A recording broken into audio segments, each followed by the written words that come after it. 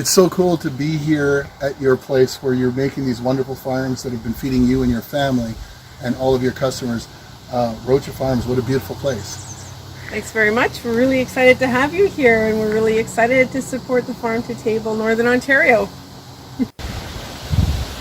Really inspired to see what you're doing here, and just to think that almost any of the small sections of things that you've got so many different things going on, but to those that are really looking to try to do something for their own food, their own food security, to do just maybe the chickens, or maybe to consider keeping bees.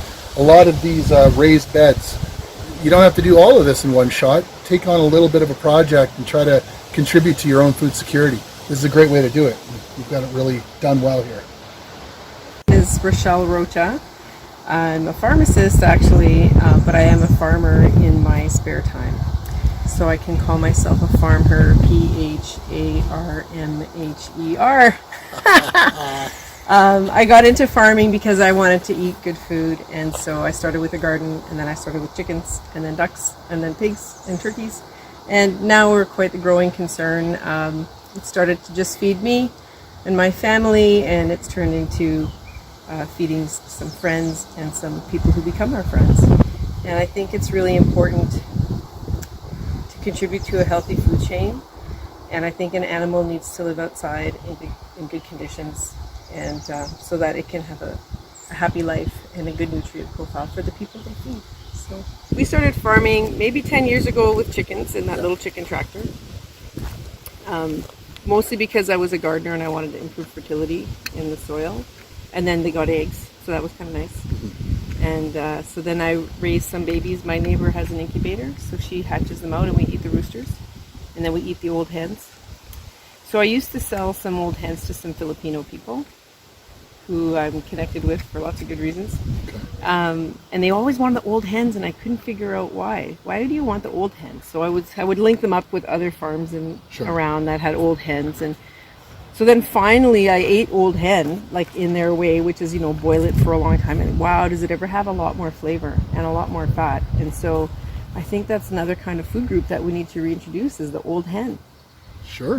Instead of the young, tender, 8-week-old Cornish cross, right, or 6-week-old Cornish cross, like we need to think about what happens to that layer hen after the end of her life cycle. That's delicious food, actually.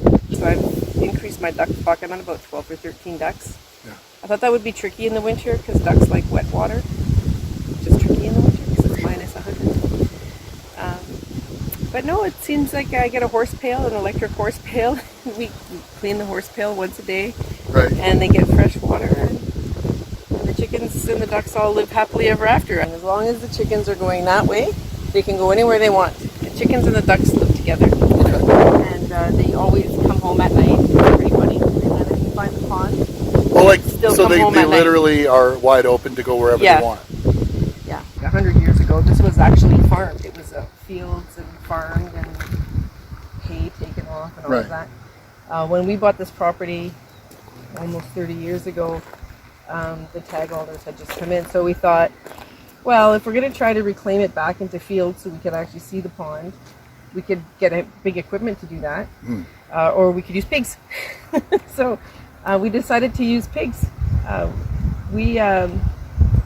So we started with chickens and then ducks and then pigs and turkeys. So this year turkeys are coming, but this is about our 5th or 6th year for pigs, and it's just been amazing to see what they have done to this land. So the first place they lived we had 6 pigs, and they lived in this middle area. The pigs have only been released into this fenced off electric fence area for maybe a week or so, and they've already done quite a bit of plowing. So we just keep rotating where they go so that the land has a chance to rebound.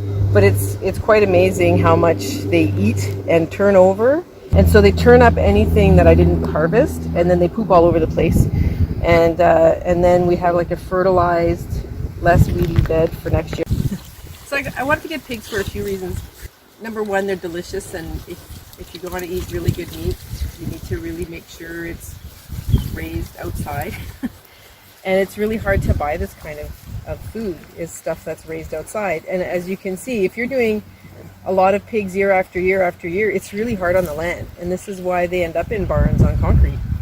It's not because people maybe think that that's the most ideal circumstance, but it's very practical to do that.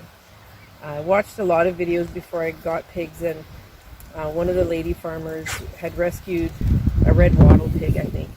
And she was talking about the intelligence of the animal. They're highly intelligent. They're as smart as a dog. And they know when you're outside, and they're super friendly, and they want to see you. And she got into farming because she wanted to save those ones from confinement animal hunting.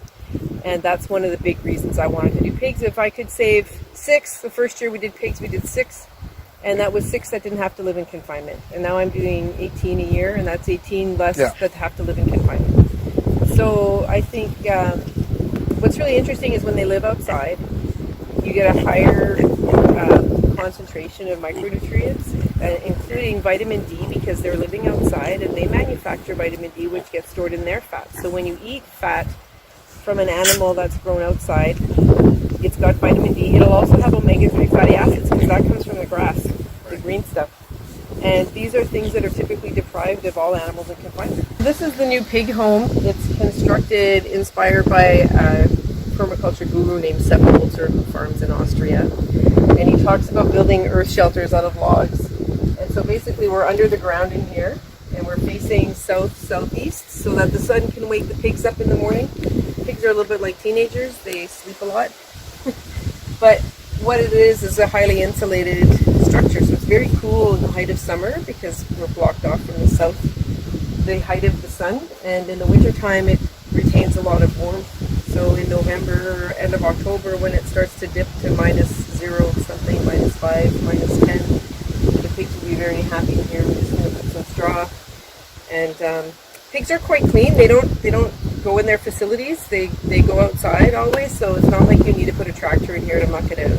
It's remarkably cool in there. Yeah, it's really cool. Yeah.